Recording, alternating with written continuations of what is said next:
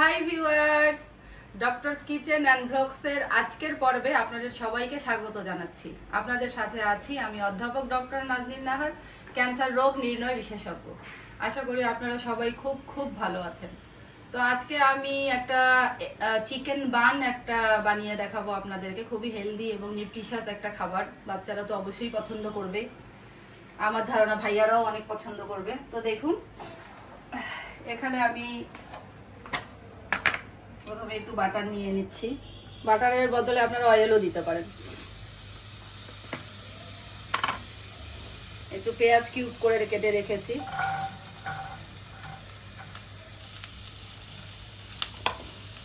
এটা খুব বেশি ভাজবো না, এটা হালকা একটু জাস্ট কালারটা চেঞ্জ হওয়া পর্যন্ত ওয়েট করতে হবে।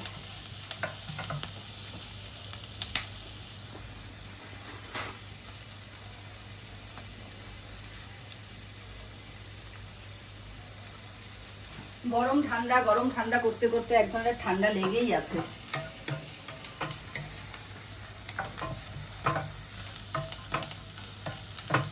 এটা জাস্ট শুধু আর একটু বাটার সামান্য দিতে হবে। আপনারা এখানে সয়াবিন তেল, সানফ্লাওয়ার অয়েল যে কোনোটা ইউজ করতে পারেন। আমি দিলাম একটু বাটার।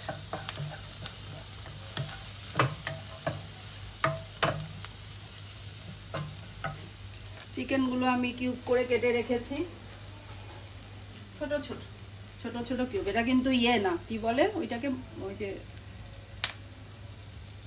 যে বিক্রি করে না, ছোট ছোট করে কেটে যে বিক্রি করে, কিমা না।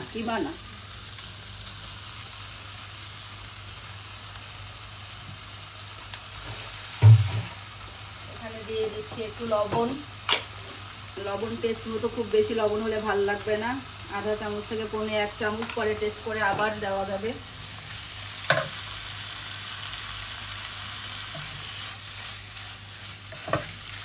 অনেক বন্ধুরা বুঝছেন সৌজন্য আব্বা, অনেক বন্ধুরাই আমার ফ্রিজ ট্যুর দেখে অনেক সুন্দর সুন্দর কমেন্ট করেছেন, কিন্তু অনেক জায়গায় আমি দেখছি যে সবার একটা কথা যে এত প্রিজার্ভ ফুড খান আপনি, এত প্রিজার্ভ ফুড খাওয়া ঠিক কিনা।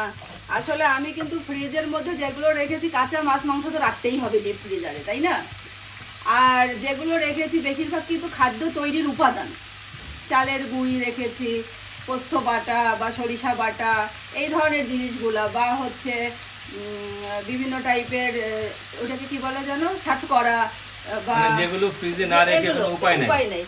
এখন এগুলো তো সবসময় হাতের কাছে পাবো না। দ্বিতীয় কথা হচ্ছে হয়তো 3 দিন 4 দিন আগে আমার শাশুড়ি একটা তরকারি রান্না করে এনেছে 4-5 প্রকারের, আমার মা এনেছে, এইরকমই কিন্তু রাখা হয়। আর একটা জিনিস কি, মানে সাইন্টিফিক্যালিও যদি আমি বলি, ডিপ ফ্রিজে যদি প্রপারলি আপনি প্রিজার্ভ করেন, খাওয়ার কিন্তু আপনি 3 মাস থেকে 6 মাস প্রিজার্ভ করতে পারবেন, সেটা কিন্তু কোনো স্বাস্থ্য ঝুঁকি নেই। ফ্রিজের কোয়ালিটি যদি ভালো হয়, আপনি প্রপারলি যদি এটাকে ময়েশ্চারটা মেনটেন করে আপনি প্রিজার্ভ করেন, এটা কিন্তু আপ টু 6 মান্থসও আপনার কোনো ক্ষতি করবে না শরীরের। এবং ক্যান্সারের জন্য কিন্তু কোনো ফ্রিজের খাবার দায়ী না। ক্যান্সারের জন্য দায়ী হচ্ছে প্লাস্টিক জাতীয় খাবারের মধ্যে, প্লাস্টিক জাতীয় পাত্রের মধ্যে খাবার রান্না করা বা গরম ঢালা, তারপরে হচ্ছে ওভেনের মধ্যে প্লাস্টিক জাতীয় বাটি দিয়ে গরম করা, এবং ফুডে যদি প্রিজারভেটিভ থাকে, সেইটা কিন্তু আপনার স্বাস্থ্যের জন্য ঝুঁকি। তারপরেও ফ্রেশ যারা খেতে চান, ফ্রেশ যারা করতে পারেন, সেটার তো কোনো তুলনা নেই, সবচেয়ে ভালো।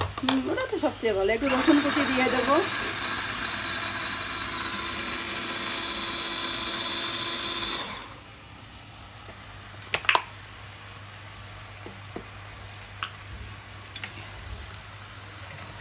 এখন কথা হলো, যারা কর্মজীবী নারী, তাদের তো একদিনের তরকারি, সকালের তরকারি বিকালে খেতেই হয়, বিকালের তরকারি রাতে খেতেই হয়।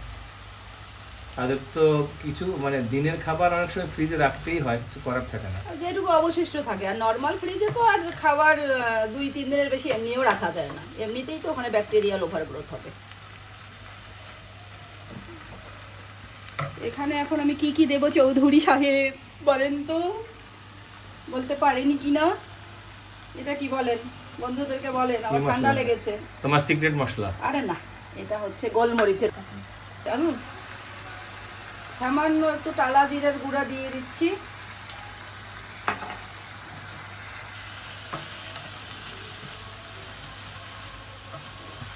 মাগরিবের আজান হয়ে এরপরে গেল। হ্যাঁ, এরপরে একটু সামান্য গরম মশলার গুঁড়ি, এটা খুবই সামান্য, আধা চামচ।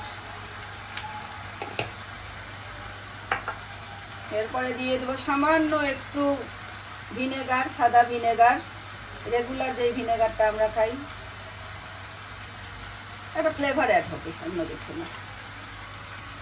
একটু হচ্ছে লাইট সয়া সস, সয়া সসটা একটু বেশি দিতে হয় নাকি? না সয়া সসের ফ্লেভার আছে তো একটা, আবার বেশি দেওয়া যাবে, জাস্ট একটু ফ্লেভার অ্যাড করবি। আর একটু চিলি ফ্লেক্স,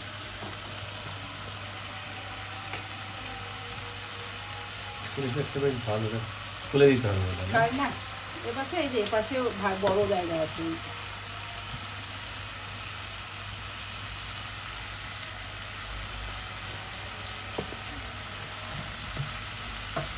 চিলি ফ্লেক্সটা কি ঝাল লাগে?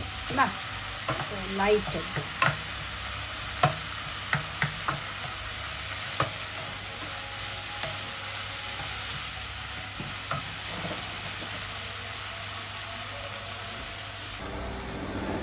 আর আমি একটু দিয়ে দিচ্ছি গ্রেট করা মোজারেলা চিজ।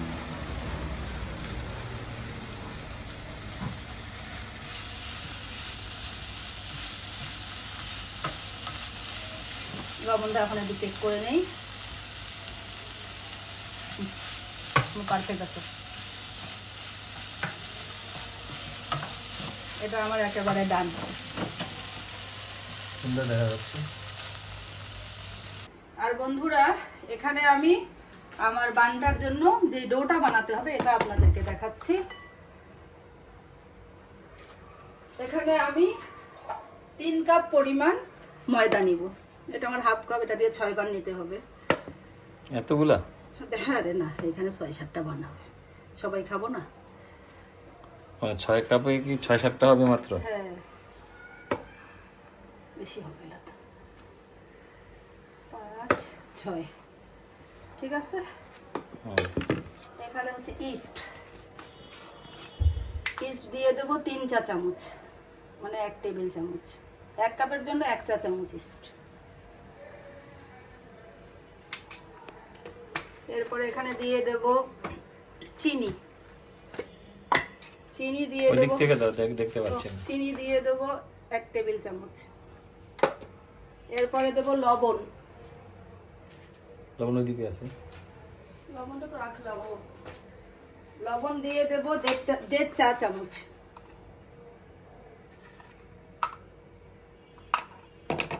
ঠিক আছে বন্ধুরা, এখানে দিয়ে দেবো কুকিং অয়েল। এগুলো একটু হালকা করে মাখানোর পরে অয়েলটা দিচ্ছি।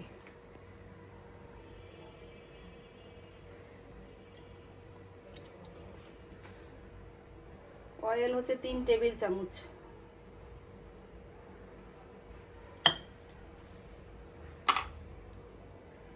এরপর এখানে একটা ডিম দিয়ে দেব।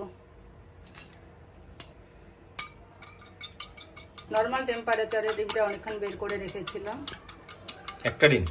একটা ডিম দিচ্ছি। আর এখানে বন্ধুরা একদম হালকা কুসুম গরম পানিতে,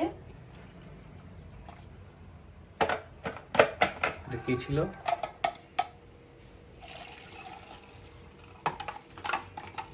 দুধ। যদি এমনি অন্য দুধও দেওয়া যাবে, গরুর দুধও দেওয়া যাবে। এটা কি পাউডার মিল্ক? হ্যাঁ, এটা হচ্ছে একদম কুসুম গরম পানিতে রাখা দুধ। ঈষদোষ্ণ বলে না? টেপিড ওয়াম। হ্যাঁ, 1 কাপ রেখেছি, দেখি কতটুকু লাগে। এটা ডোটা কিন্তু খুব একটা শক্ত করা যাবে না।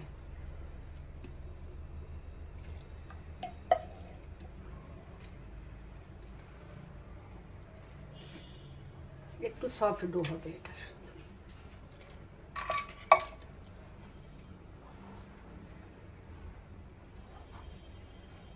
দুধ পানি একসাথে মিক্সচার করে পরে দিতে পারেন, যেমন এখন আমি একটু পানি দিব। একটু পানি লাগবে কি? লাগিয়ে দিয়ে দেবো, সমস্যা নেই, এগুলো তো একসঙ্গে করে মাখাবো না। তো কি অবস্থা চৌধুরীর বেটা, চৌধুরী সাহেব কেমন আছেন?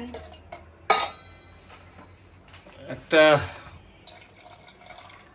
আবহাওয়াটাই যেন কেমন, গরম ঠান্ডা এরকম। সবাই ঠান্ডা লেগে গেছে। কালকে রাতের বেলা চা খাচ্ছি, আমার ভাগিনা চা বানিয়েছে, সে আমাকে অনেক সার্ভিস দিচ্ছে। আজকে ওভেন সুন্দর করে আমার ক্লিন করে দিল। তো কালকে রাতের বেলা চা খাওয়ার সময় আমার ভাগিনার ছোটোবেলাটা চায়ের গল্প মনে পড়লো।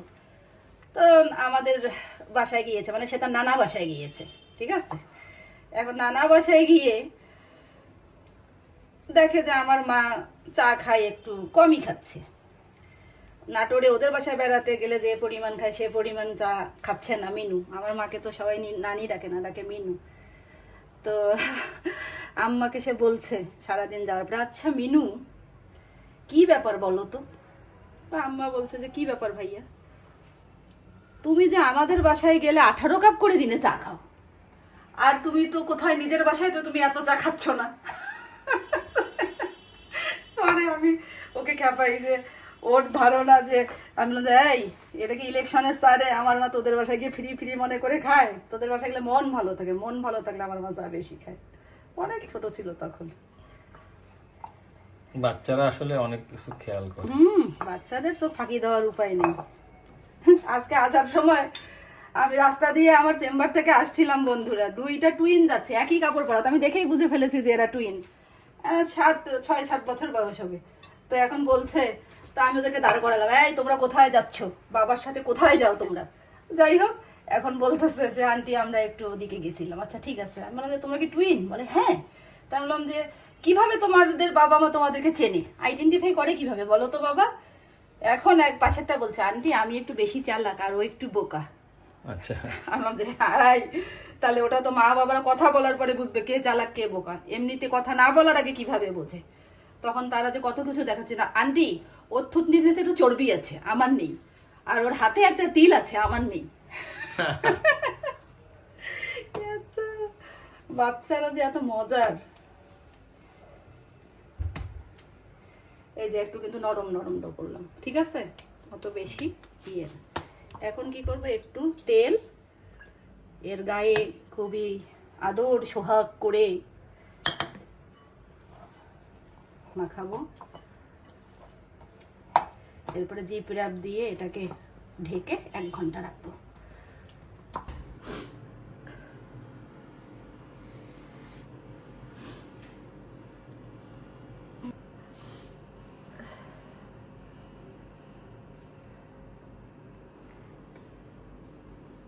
এটা কি দিছি বাবা,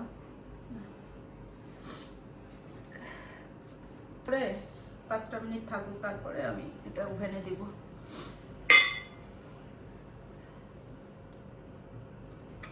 থাকুক আপু 5টা মিনিট। বন্ধুরা এখানে একটু আমি এই যে ডিমের সাদা অংশ, এটা হচ্ছে ব্রাশ করে দিচ্ছি। সাদা অংশটা কুসুম হালকা ভেজে রাখছি, একটু সাদা তেল দিয়ে দেই।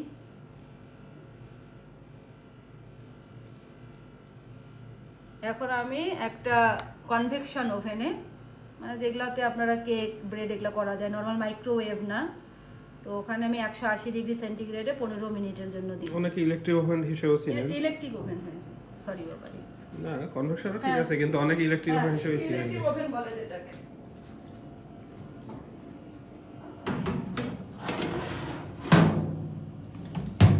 তো বন্ধুরা দেখুন কেমন হলো আমার চিকেন ব্রেড। মোটামুটি ওভেনের মধ্যে 25 মিনিট লাগলো না আব্বু? 25 মিনিট লেগেছে। তো একটা দেখি ভেতরে কি অবস্থা, কেটে। যেই গরম বাবা, দেখছো অনেক গরম। ও দেখছো, হ্যাঁ একেবারে একেবারে সুন্দর।